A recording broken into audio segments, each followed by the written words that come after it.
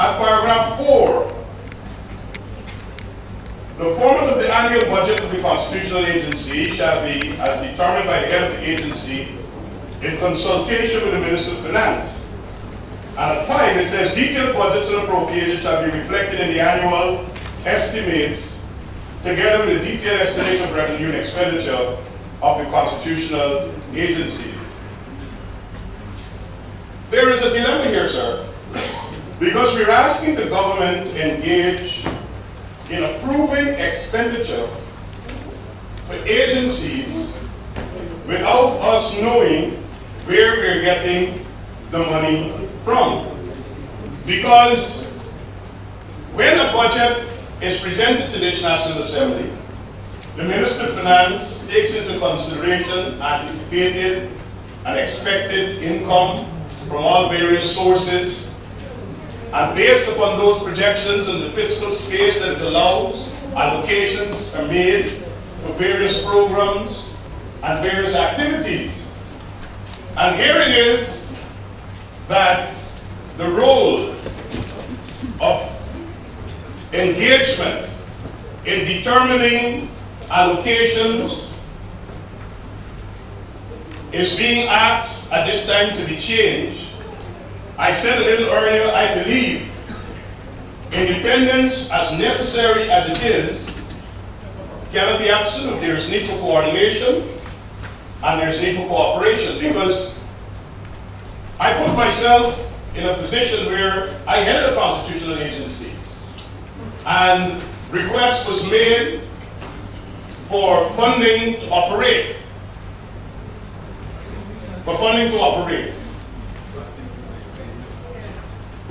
That request went to the Ministry of Finance, and engagements were made, and at the end of those engagements, the Commission sat, considered the discussion, and determined priorities, what could be managed at a particular time, and what would go next, and based upon that, monies were released. I never saw it as a way of interfering with the independence of the Commission, because the big question is, if all the monies are to be released, then we probably will have to have a bill coming to this Parliament, and we can expect that at a particular time by which the entire year's taxes must be paid. Because if we're to have money in the lump sum to give to all of these entities by one particular time after the passage of the budget, we must be able to have all the monies that are needed within the consolidated fund for disbursement. When we are aware that you have to have monies coming all year based upon how taxes are paid. So this is something that we may want to look at and consider. Mr. Speaker, it will put a grave problem as it relates to cash flow. And we need to look at that. We need to look at that.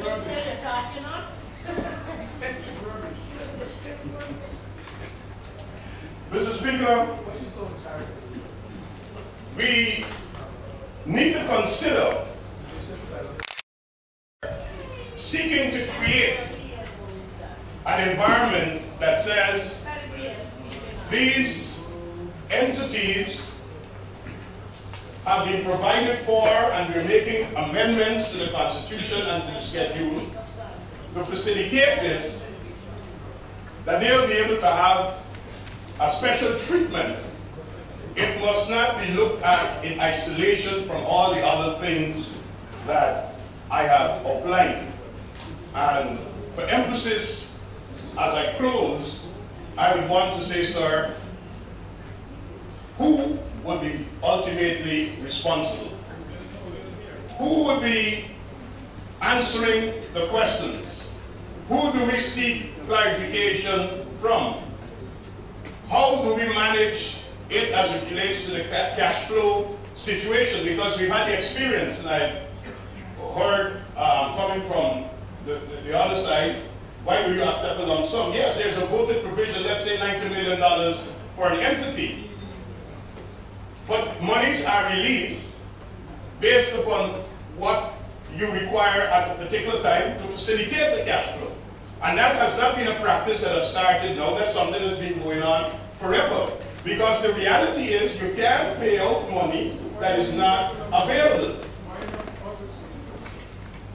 So these are some of the things that I would like us to consider and to have the honorable member who is asking for this amendment to address so that we'll be able to have clarification. And in closing, sir, it is clear that I believe the intention of the Honorable Member Mr. Greenidge is, his intention is good. He wants to ensure the independence of institutions and wants to ensure that they are properly placed and the rest of it. But we must ensure that we have the balancing act of how we work out the accountability and the framework in which we situate these things. Thank you very much, sir. Thank you very much, Honourable Member. I invite Honourable Member Mr. Ramford Tan. Thank you very much, Mr. Speaker. Mr. Speaker, when we passed the Constitutional Amendment 6 of 2001 to then become part of the Constitution of Guyana in Article 222A, we wanted a change of the financial architecture of this country. And that was supported in a very big way by the present government. As a matter of fact, if you were now to read the revised Constitution in keeping with the incorporation of Article 222A into the Constitution, we see the marginal notes, overarching clause on financial autonomy. And we see the actual content stating that in order to ensure the independence of entities listed in the third schedule, which is the Supreme Court and the Equalizations Commission and so many other commissions, it states categorically that the expenditures of these entities shall be financed as a direct charge on the consolidated fund, determined as a lump sum by way of an annual approved by the National Assembly after a review and approval of the entity's annual budget.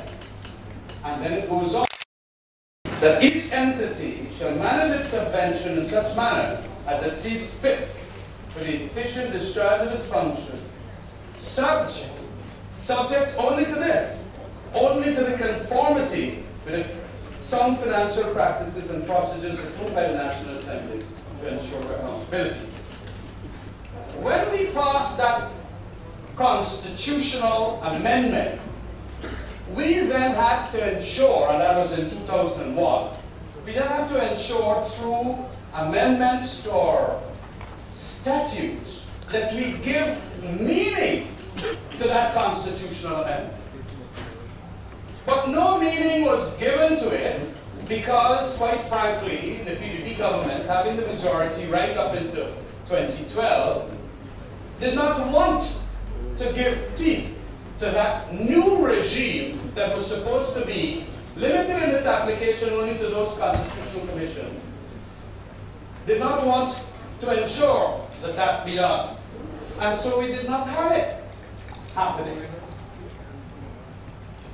It is then very illogical for one to state a very conservative approach that because there was a certain regime prior to the constitutional amendment, we have to be enslaved by that regime to the extent of breaching our constitutional amendment as done in 2001.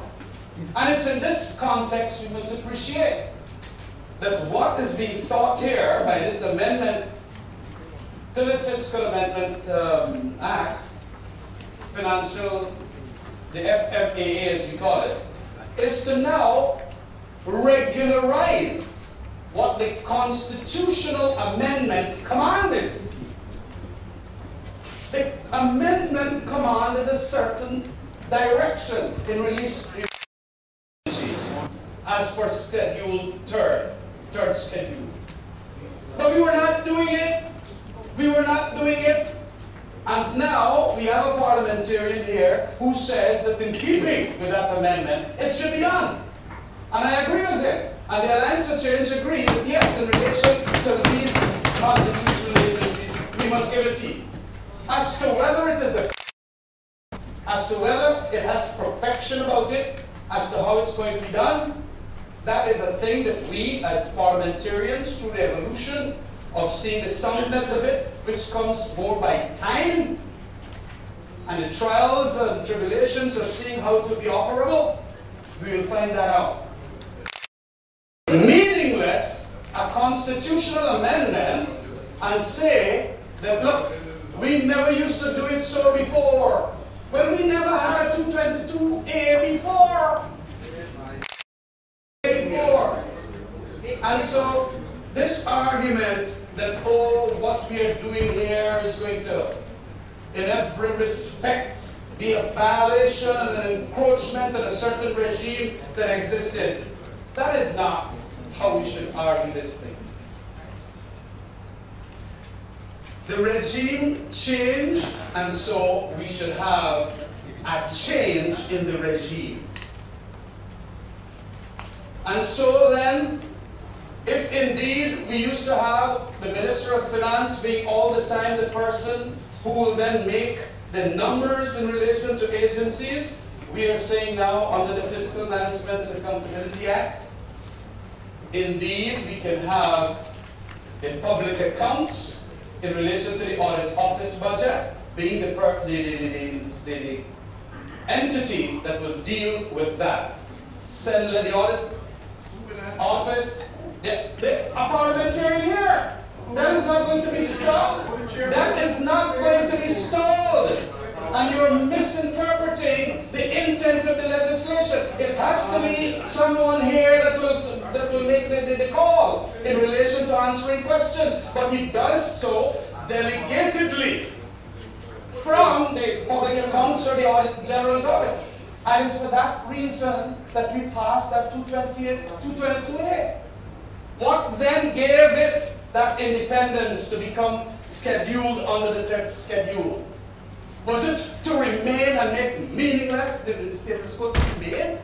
And for the entire amendment to be meaningless? It could not.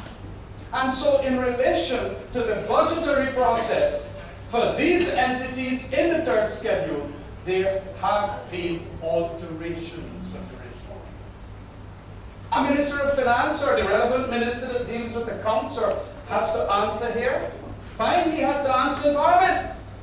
But that does not mean that when the Auditor General's office sends in a budget, the budget has to now be controlled by the Minister of Finance. That is not what we intended by 222A.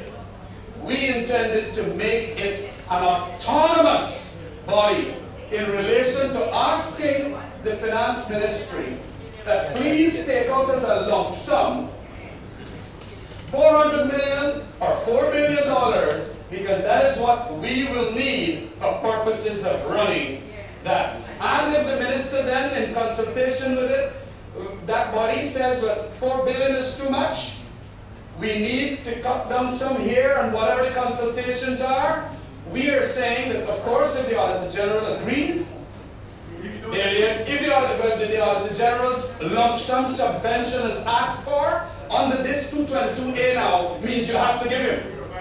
Oh, you're mad people. So what you passed the 222A for? What was the meaning of 222A? And it goes by the limitation of sound financial practice. What does sound financial practice? And I come to that. Sound financial practice, as we understand from the accountants, is largely taking the previous year's budgetary allocation into account. There must be a meaning for it, but what is our Constitution? It ain't got no meaning. it could never have been that case. And then you go back to what the law, the Constitutional Reform Commission had in mind when it did this. But a lot of us don't want to go back there because it is going to indicate to them that what it means. I was not a member of that commission, but I want to tell you that the Reform Commission had indicated that we have to go to look for international best practices as how you do a lump sum on some financial practices. And what the parliamentarian, Mr. Carl Greenidge, is doing is to give teeth in this amendment to ensure that that be made meaningful, the constitutional amendment. And I want that to be understood. Otherwise, we're going to have, like so many laws being made by the governing party, and nothing happens thereafter. We pass an Access to Information Act, nothing happens. It's not even operationalized after some 5-6 years. How long was it passed? Well, whatever it is, but up to now, you know what? They say it's not reckless. I had laid that a long time. I think it was you, Mr. Speaker, who had laid it for a long time, since the very first time the AFC came into Parliament. November 2006. November 2006. And it was passed only 2 years ago. Alright, they're taking a big fight that I got my years wrong. But alright, I only apologize. But whatever it is, you have now passed the Information Access Act and you have not operationalized it. You have not passed the commencement order for its operationalization. And that is what, in a sense, we did with this constitutional amendment. That is what we did with this constitutional amendment. We just rested it on the shelf in Article 222A, not then giving these special commissions the authority to claim their budget. No, it must, as you say, remain the Minister of Finance will dominate and monopolize what should be the budgetary allocation for these constitutional agencies. Mr. Speaker, I want that to be understood because apparently it has not been understood by the outside. There is another important point that we want to make mention of, and that is a very important clause in this bill. The principle that is 85A. The Principal Act is hereby amended by the insertion of the following sections. And now, as you know, there was a penalty section for the breaching of the FMAA and its provisions. But you know what? At that point in time when we had passed it, it had indicated only officials or officer, I think it was, officials will be subject to prosecution, not the minister. So the minister could direct these officials to do all manner of things that could have breached the provisions of the FMAA. And that could go on like that.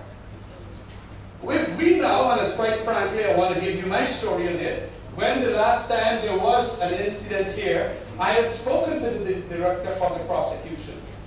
And she was the one that indicated to me the word official does not mean the minister. And when I had done my internal investigations, the officials had indicated it was the minister who was instructing them to do certain things, which in my opinion was tantamount to breaching the financial provisions of the Act. Now you could have brought a private criminal charge against the minister, but the DPP indicated quite clearly, official here does not mean more accountability. You just don't go and say, well, I can't be charged, and the minister, relevant minister, the portfolio minister, can say what he wants to his little boys in the ministry, and then they do whatever is the violation. We can't do anything. Whatever.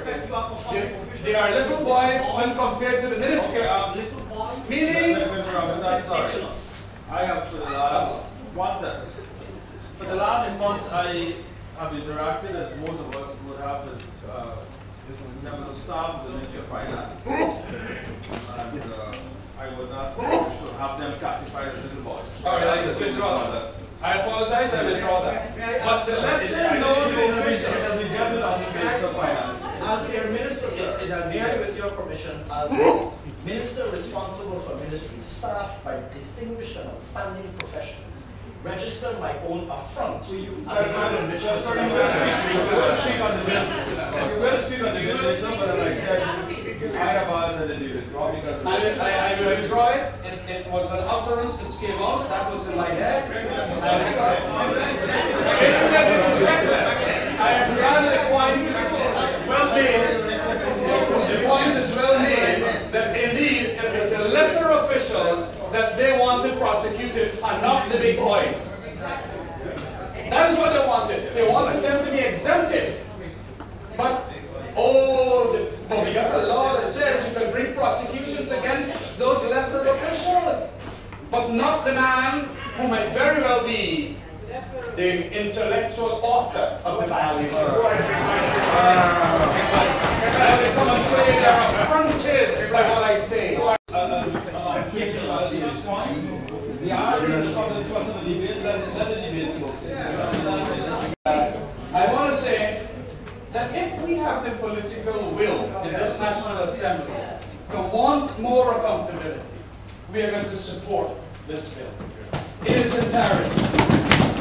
All those across the floor who would spout accountability and transparency, they ought to know that what this bill and the contents of it are directed to is that set of accountability and transparency that we spout.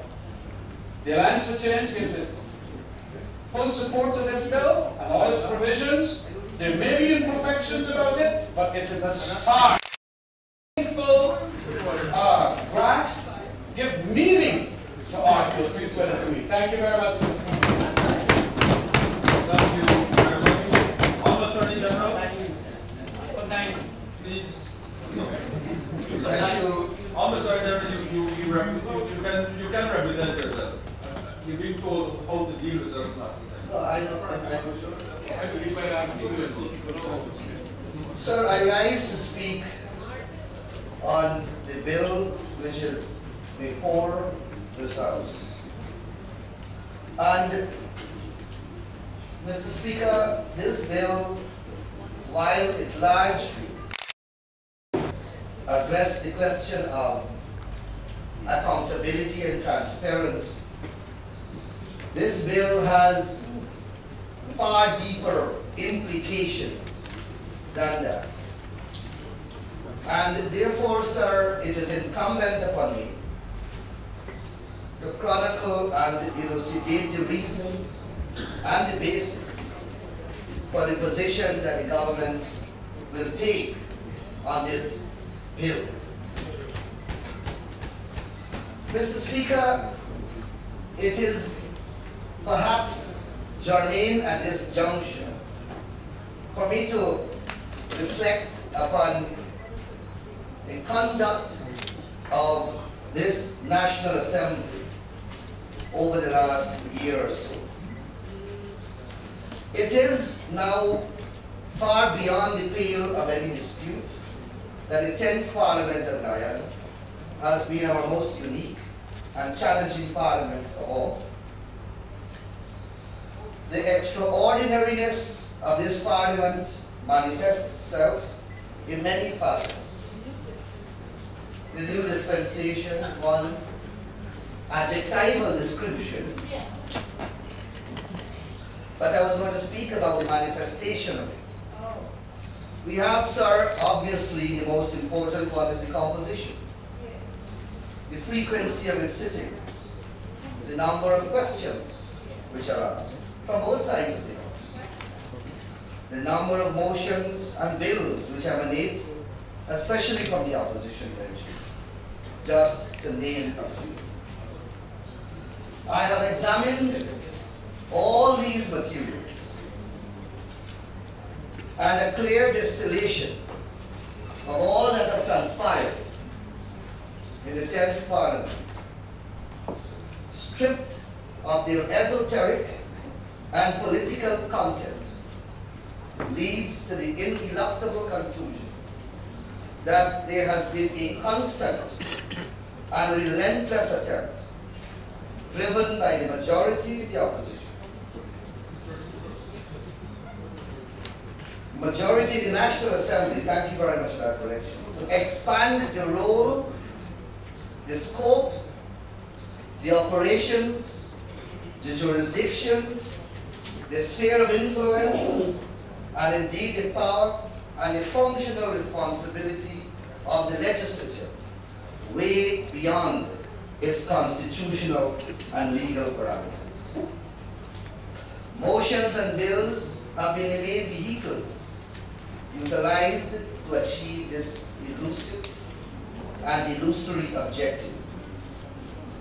My honorable colleague, Dr. Ashley Singh, in his budget presentation, termed it a veritable plethora of instances. Mr. Speaker, this bill presents yet another of those instances about which I speak. Before I get to the amendments themselves, it is important that I dwell a little on the substantive bill, because the substantive bill is an extremely important piece of legislation for our financial architecture. This bill, Mr. Speaker, the Principal Act, sorry, not the bill, the Principal Act, repeals the 1962 Financial and Audit Act, and it is the only comprehensive piece of legislation on our statute books which regulate how agencies funded by public money are to be fiscally regulated to achieve the hollowed objectives of accountability and transparency in respect of the expenditures, income, deposit and custody, investment, management, and auditing of public funds. All are important concepts that this Parliament would want, I am sure, to preserve. This Principal Act is not unique to Guyana, sir. Its counterpart exists throughout the English-speaking Caribbean. The few that I've compared it with in our neighboring territories. Mr. Speaker, the long title of the Act reads as follows: An Act to provide for the regulation of the preparation and execution of the annual budget, the receipt, control, and disbursement of public monies, the accounting for public monies, and such other matters connected with, incidental to, the transparent and efficient management of the finances of Guyana. An extremely important piece of legislation which regulates all that we have heard from Mr. Ramjitan, for example, just now, about the things that we have to safeguard. This bill, this act, the Principal Act, Mr. Speaker, relates to certain agencies which the Act itself terms budget agencies. And it essentially regulates how these agencies are to be funded and how they are to account for the monies which fund them. And significantly, those agencies are listed in the schedule of the Act. And the Act applies to those agencies.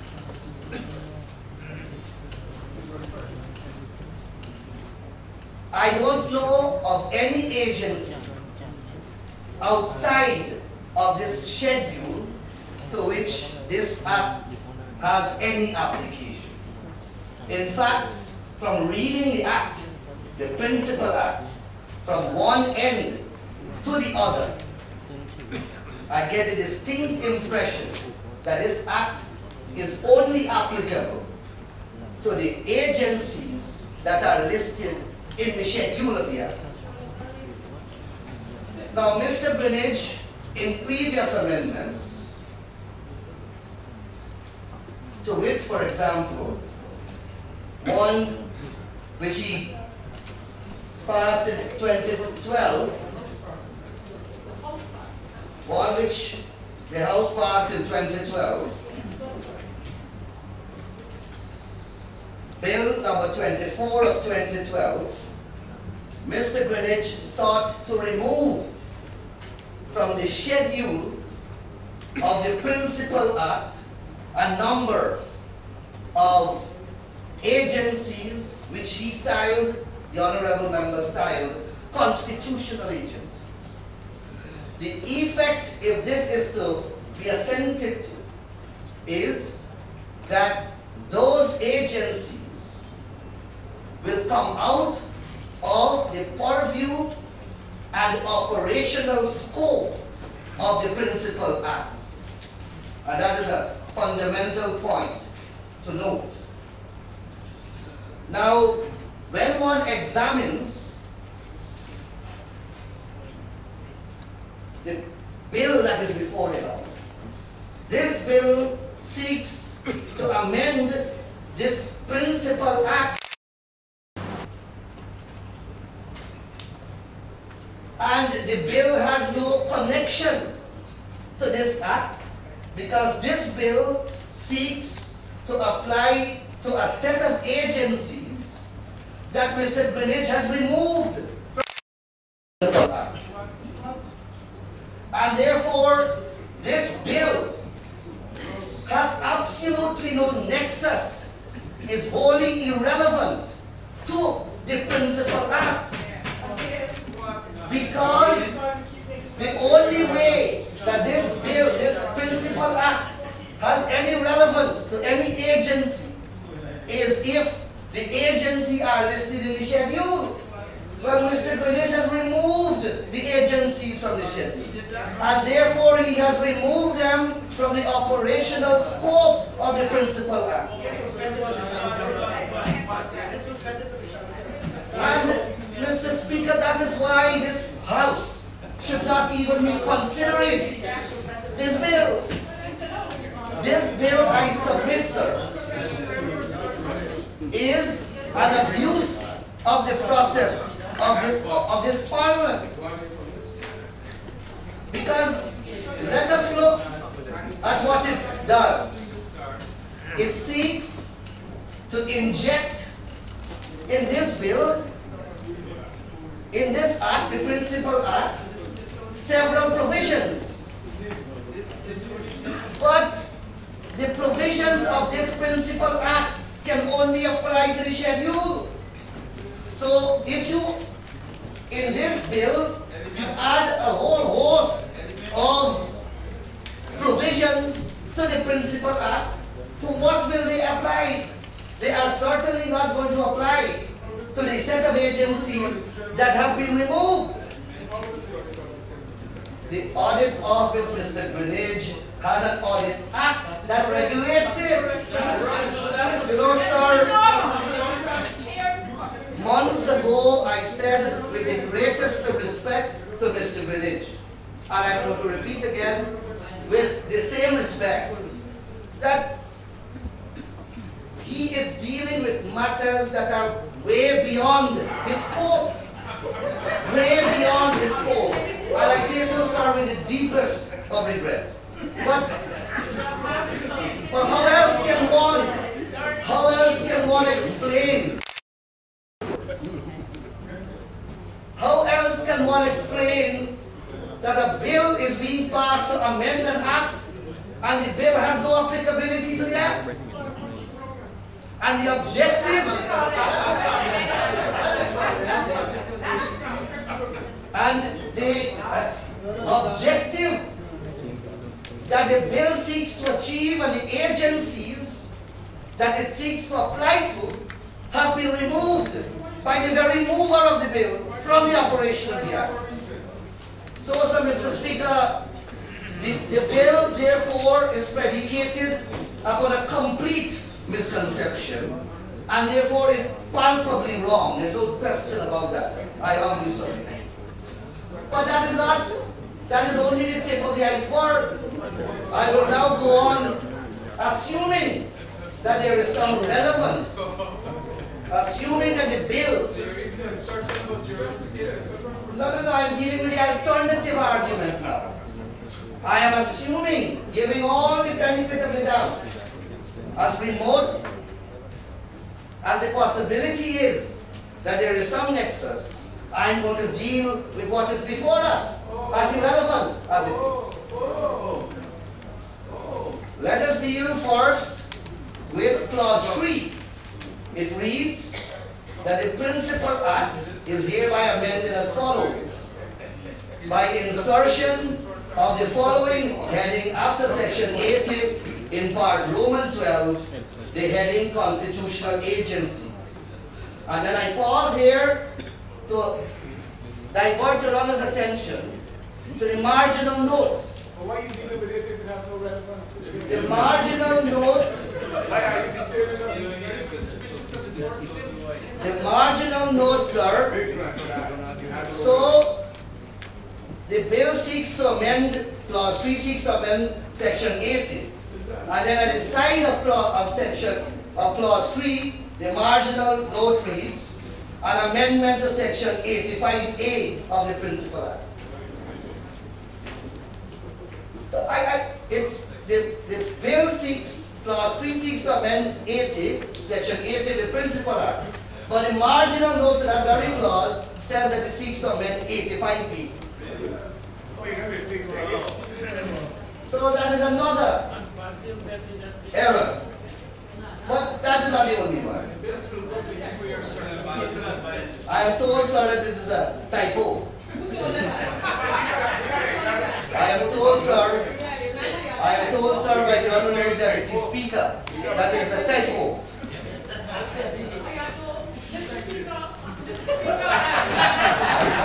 As people are getting out in a whimsical way, I may as well join. I'm saying it because it's of no moment, but I've had no discussion with particularly since the Honorable Minister, particularly since his name changed. I've had no Mr. discussion. Speaker, I take it that you are not deaf, and you heard when the Honorable Member said that is a typo. So I will not detain the House. So, sir,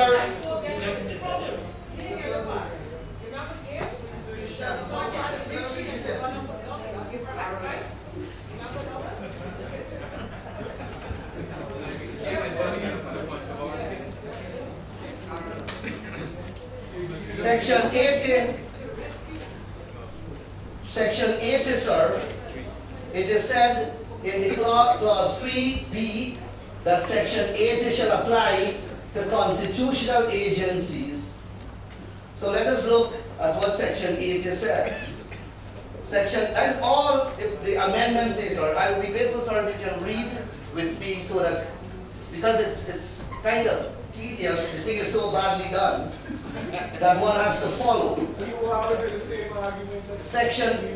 Clause 3b reads, Section 80 shall apply to constitutional agencies except as otherwise provided by the law establishing the agency.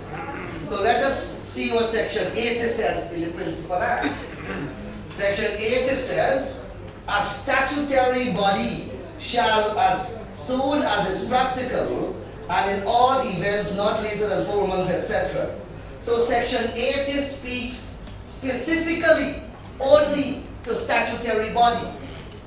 Sir, it is a trite principle of drafting that you simply can't say that one section that deals with a particular type of agency can wholesale, in a wholesale manner, apply to another set of agencies.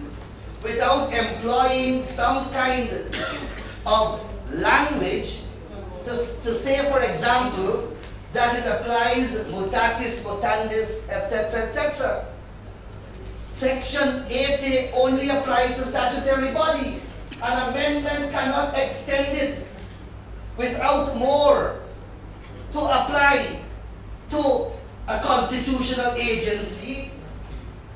It has to say where the term statutory body exists in section 80, it shall be replaced by the term constitutional agency, mutatis mutandis. So, sir, that is another incomprehensible part of the legislation. But it doesn't end there. I continue. No, if it is, Your Honor, Mr.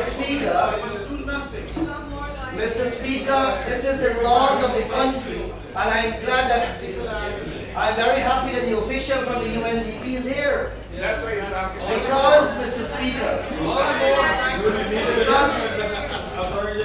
yes, sir? Yes, sir, I'm ready to meet with him. Yes, I certainly will. I say that simply because I hear an utterance from the other side to say that, so what, we don't have a draftsman. But I don't know that that can be an excuse to present mediocrity to the House as the first law of the land. It cannot be. It cannot be.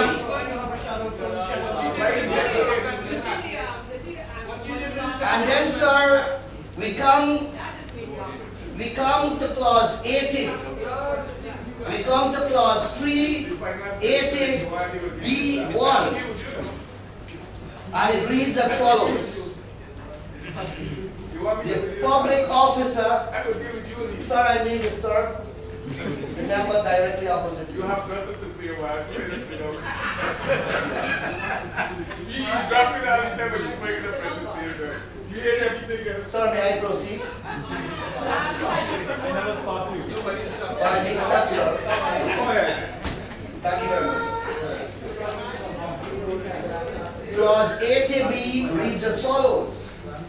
The public officer responsible for managing the affairs of an agency or such other person designated by an appropriate authority for that purpose shall submit a budget proposal to the clerk of the National Assembly and copy to the Speaker of the National Assembly and the Minister of Finance. So, this budget proposal comes from this officer to the clerk, and a copy is sent to the Minister of Finance and to Your Honor. The clerk shall then ensure that those proposals are submitted as presented. Submitted to whom? Submitted where? It doesn't say. Does the clerk, perhaps Freedom House? I hear the Deputy Speaker say again, Freedom House. So where is it that we should submit it? Freedom House. I'm told again, sir, Freedom House, Congress Place, but there is nowhere in this bill, there is nowhere in this bill that it says to whom or to where is the clerk required to submit this information which he receives from this public office. And then it continues. It continues. In the case of the audit office, the budget shall be submitted to the Parliament through the chairman of the Public Accounts Committee. Now, you have one set going to the clerk, and the clerk doesn't know to whom he must submit it to. Then you have the audit office budget is submitted to the Parliament. Now, Mr. Speaker, you know, as Attorney General, I have to point out that Parliament consists of the National Assembly and the President. So who are you submitting it to? The Parliament is not the National Assembly. If my friend had said that he wanted to submit it to the National Assembly, I could have understood. It must have gone to the clerk, I have to presume, because it's silent. But it says that the budget shall be submitted to the Parliament, to the chairman of the Public Accounts Committee. This is the height of, I think that's Parliament. I know it's not Parliament. I know, sir, that the leader of the opposition has chronicled a detailed set of adjectives that I normally use in my public discourses about the National Assembly. But to the distinguished member, I'm running out of adjectives. I'm seriously. This is the height. This is the height of mediocrity. This is the height of mediocrity. It is a travesty. It is a travesty that we are doing this in the presence of a UNDP official.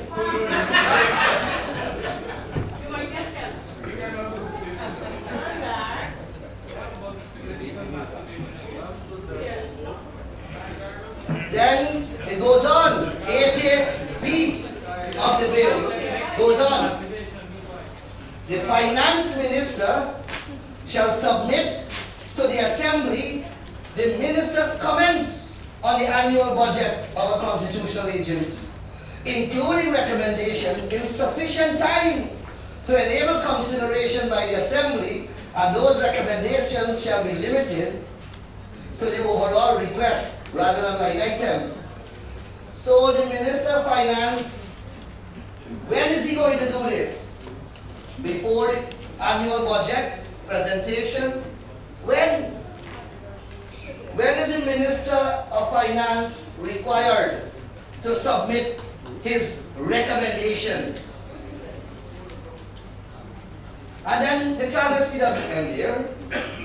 It goes on. The submission shall be made in accordance with section 79(1) of the Principal Act and prior to the commencement of the fiscal year, as the case may be, for the approval of the Assembly.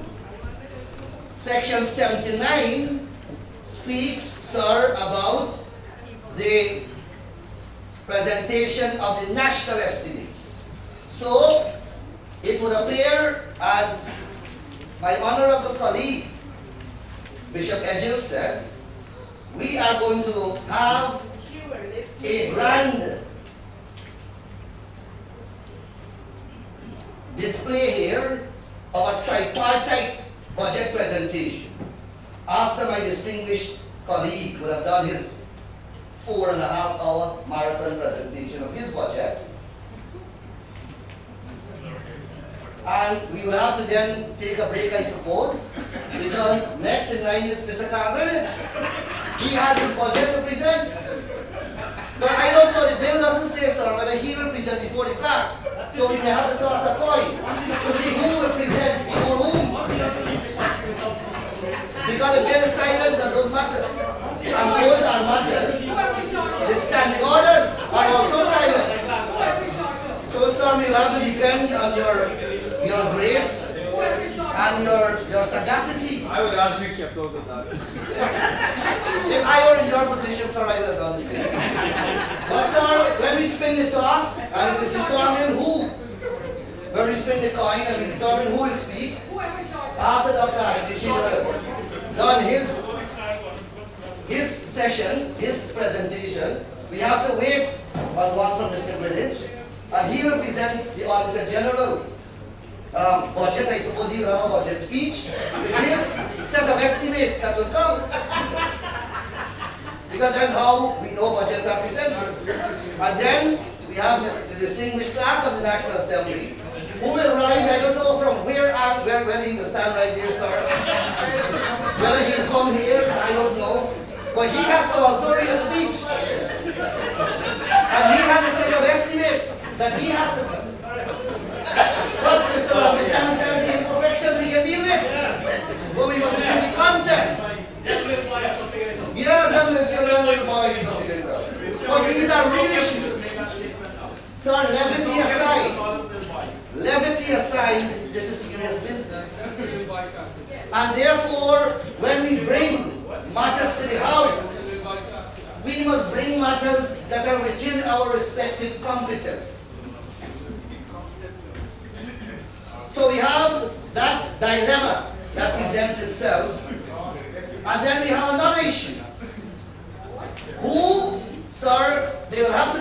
Committee of Supply, and the person who normally presents the estimates would have to answer, or the subject minister would have to answer.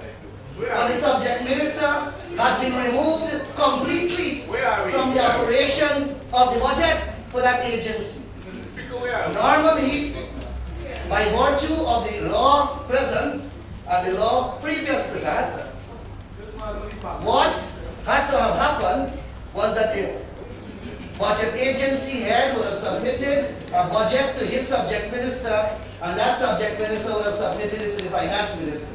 That is how it happened.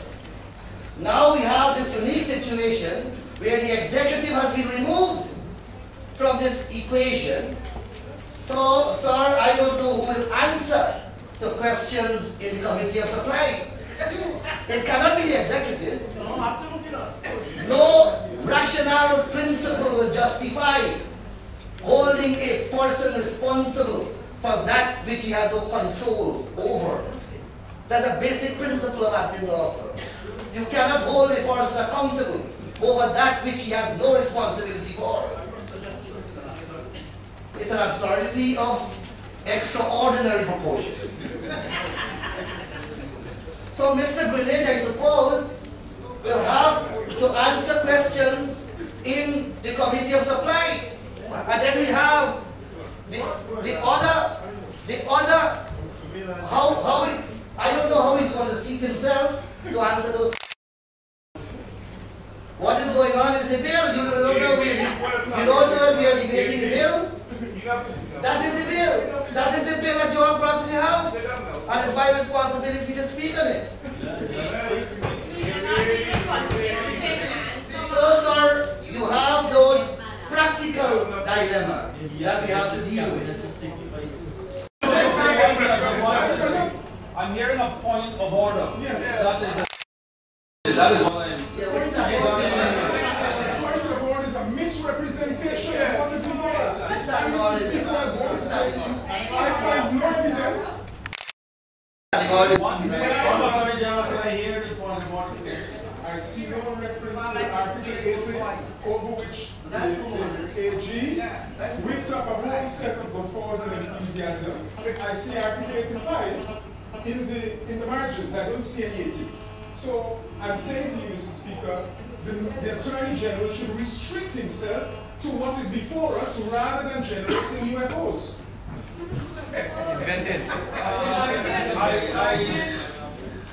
I am prepared to entertain a point of order, but I have not yet heard a specific point of a specific violation. Thank you very much. 1 second from Mr. Attorney General. Mr. Speaker, I'm saying, I'm making 2 points. That nowhere in the proposal, contrary to what the Attorney General is saying, does the proposal call upon, invite, or empower of the Public Accounts Committee to pre of the audit office. I'm saying that, and I say it unequivocally, because it says it no place. That's a misrepresentation. What? And I'm saying no margin carries Article 80. Yes. So you misrepresent. In the first instance, Mr. Greenidge, there's no reference to the chairman of the Public Accounts Committee preparing. That's correct, sir. I accept it. But that he presents it to the Assembly. But that is in the bill, but what you are stating is that he prepares. No, yeah, I agree. He is correct, and so That's correct. I uphold that. Yes. But so far as the reference to the, it says here in clause 3, there is a side note that speaks to section 85A. 85A says, I have it here,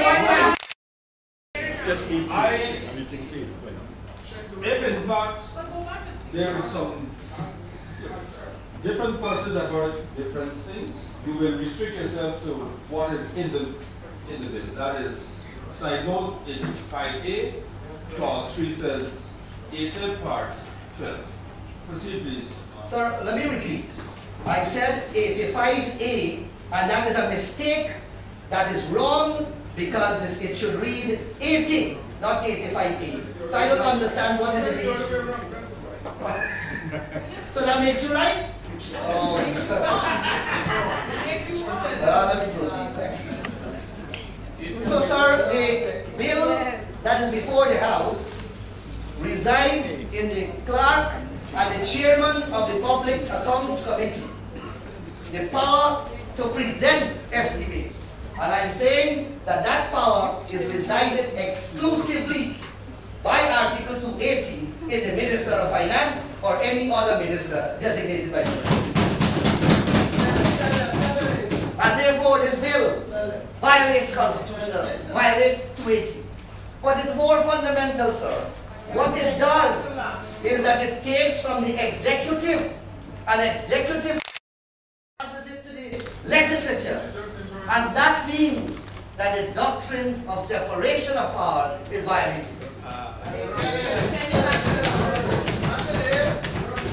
In Hines and the Queen, sir, a case that we all know, that Mr. Ramjatan should know, in Hines and the Queen, the Parliament of Jamaica passed a bill to establish a Gun Court Act. That bill, sir, established the Gun Court Act, but provided that once that gun court finds a person guilty, then that gun court magistrate must send that person for sentencing before a board which is consisted of executive members. That bill, that Gun Court Act, was challenged in Jamaica. And the Privy Council said that the judiciary is that arm of the Constitution that must deal with penalties, and that the Parliament cannot take from that judiciary a power to impose penalties and sanctions. Similarly, this bill cannot take power from the executive and resign it over to the legislature. Cannot. It's violative of the Constitution. I can't believe a lawyer is saying this. And from your party. This is elementary. I will go on, sir.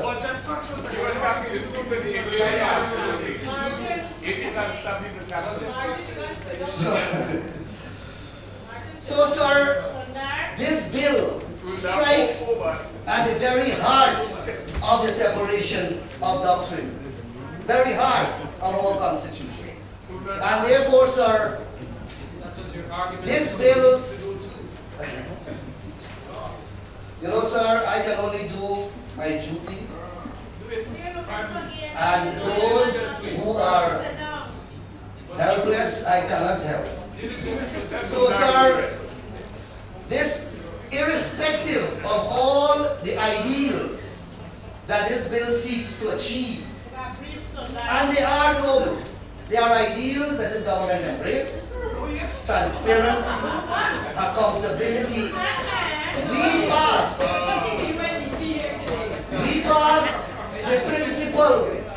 passed this principal act, the singular, most comprehensive legislation dealing with financial accountability and transparency in this country. We passed it. So therefore, we brought back the Auditor General report to this country when under Mr. Greenwich watch it never came.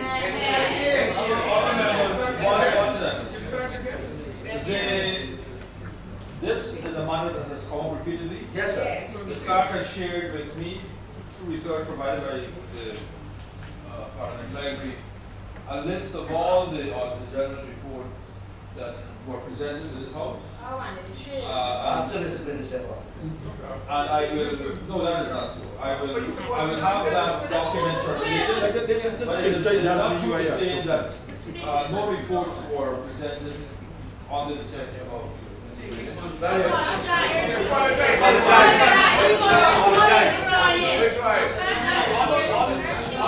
are not going to have a side debate on this matter. I will, during the recess, ask the clerk to kindly circulate the list, but we are not going to have a side debate on the General's report.